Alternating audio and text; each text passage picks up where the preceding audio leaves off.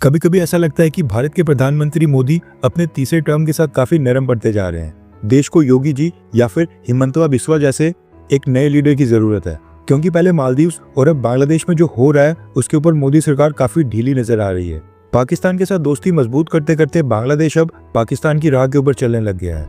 बांग्लादेश की interim government का कहना है कि ये लोग हथियार परचेज करें ना करें, ड्रोन्स परचेज करें, पाकिस्तान की आर्मी से ट्रेनिंग लें, यानी कि ये लोग कुछ भी करें, भारत को उसके ऊपर कोई भी प्रॉब्लम नहीं होनी चाहिए। अभी सेम वही हो गया कि एक व्यक्ति ने अपने पड़ोसी से पैसे उधार लिए हों और वो वापस करने की बजाय उल्टा उसी को आंखें दिखाने की कोशिश करे।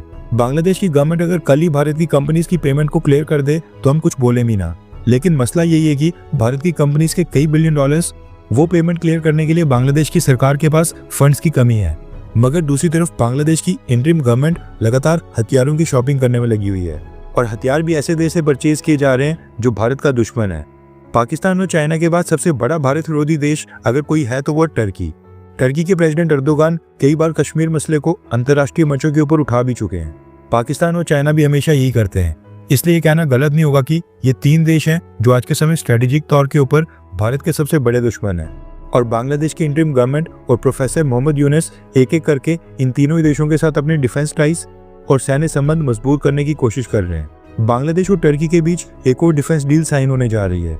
रेफरेंस के लिए आपकी स्क्रीन के ऊपर आर्टिकल का स्क्रीनशॉट है। टाइम्स नाउ की रिपोर्ट के मुताबिक बांग्लादेश की इंटरिम गवर्नमेंट ने टर्की की ऑटोकार कंपनी के साथ टैंक्स की एक डील साइन करने के लिए नेगोशिएशंस स्टार्ट कर दिए हैं। Bangladesh total 26 light battle tanks purchase करना चाहता है, और खास बात यह है कि बांग्लादेश की डिमांड है कि इन टैंक्स की डिलीवरी टर्की इसी साल 2025 में स्टार्ट करे, यानी कि बांग्लादेश अर्जेंट बेसिस के ऊपर टर्की से टैंक्स परचेज कर रहा है। रिपोर्ट के मुताबिक टर्किश गवर्नमेंट इस डील को खुद ही फैसिलिटेट कर रही है। बांग्लादेश जो टैंक्स टर्की से परचेज कर रहा है उनका नाम आर्मा टैंक्स बताया जा रहा है। इनमें high level ballistic and mine protection offer की जाती है, machine guns, anti tank missiles launcher और ग्रेनेड लॉन्चर्स की कैपेबिलिटीज इसमें पहले से अवेलेबल। इस टैंक के वैसे कई सारे वेरिएंट्स हैं और आर्मर्ड टैक्टिकल आर्मर्ड व्हीकल्स की भी एक रेंज है। बांग्लादेश इनमें से कौन सा वेरिएंट परचेज कर रहा है, कौन सा फाइनलाइज हुआ है, ये अभी तक सामने नहीं आया है। बताया जा रहा है कि बांग्लादेश स्टार्टिंग में 26 लाइट टैंक्स परचेज करेगा, एंड अगर बांग्लादेश आर्मी टर्की से परचेज किए गए इन टैंक्स की परफॉर्मेंस से खुश होती है तो फिर उसके बाद टर्की को एक बड़ा ऑर्डर प्लेस किया जाएगा। आई होप कि बांग्लादेश की इंटरिम गवर्नमेंट जिस भारत विरोधी रास्ते के ऊपर चल रही है इनको जल्दी से अकल आ जाए और एहसास हो जाए कि जिस थाली में खाते हैं उसमें छेद नहीं करना होता है।